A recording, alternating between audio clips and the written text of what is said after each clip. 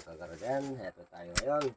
Magtimpla tayo ng fungicide sa bactericide para sa binhi nating luya. So, ang laman nito, dalawang balde, that is dalawang 16 liters na tubig.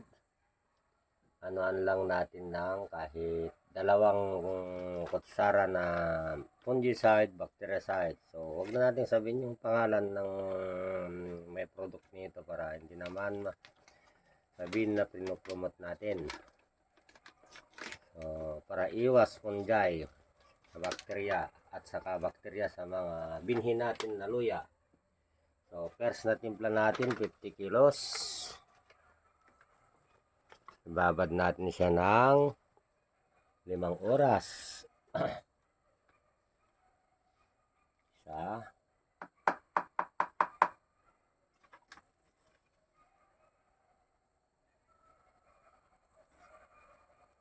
Dalawa. Tansya-tansya lang. Okay. So, pag nahalo na yan, ilagay na natin yung mga binhi natin. Ibababad natin ng 5 oras.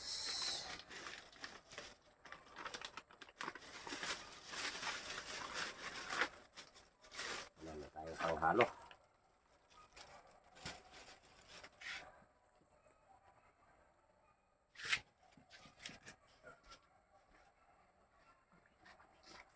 Okay, gagawin na natin. Linisin natin ito dito.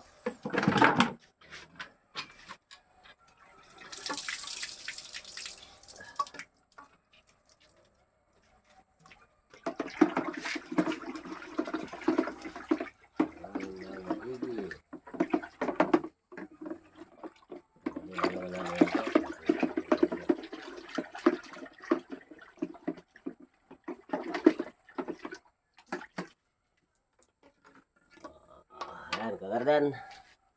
Halo na natin yung binhi natin na luya para sigurado na hindi siya napuan ng bakterya at fungi. So, yung natin ano wakas na rito.